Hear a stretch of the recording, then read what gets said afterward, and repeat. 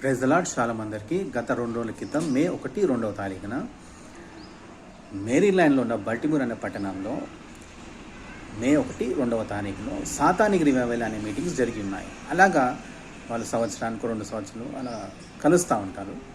అయితే ఆ మీటింగ్ నిర్వహించిన నిర్వాహకుడు చెప్పినది ఏంటంటే, వాళ్ళు కలుసుకున్న ప్రతిసారి ప్రతి వారం 70 బైబిల్ వాళ్ళు చింపి రాక్షసానందం పొందుతూ ఉంటారంట.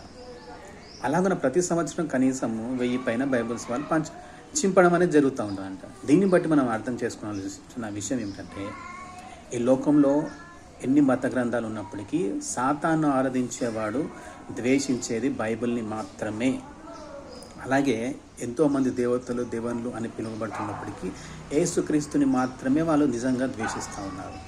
దీన్ని బట్టి మనం తెలుసుకోవాల్సిన విషయం ఏంటంటే, యేసుక్రీస్తు మాత్రమే లోకరక్షకుడు, యేసుక్రీస్తు మాత్రమే నిజమైన దేవుడు, బైబిల్ మాత్రమే సత్య గ్రంథము అనేది దీన్ని బట్టి మనం తెలుసుకోవాలి.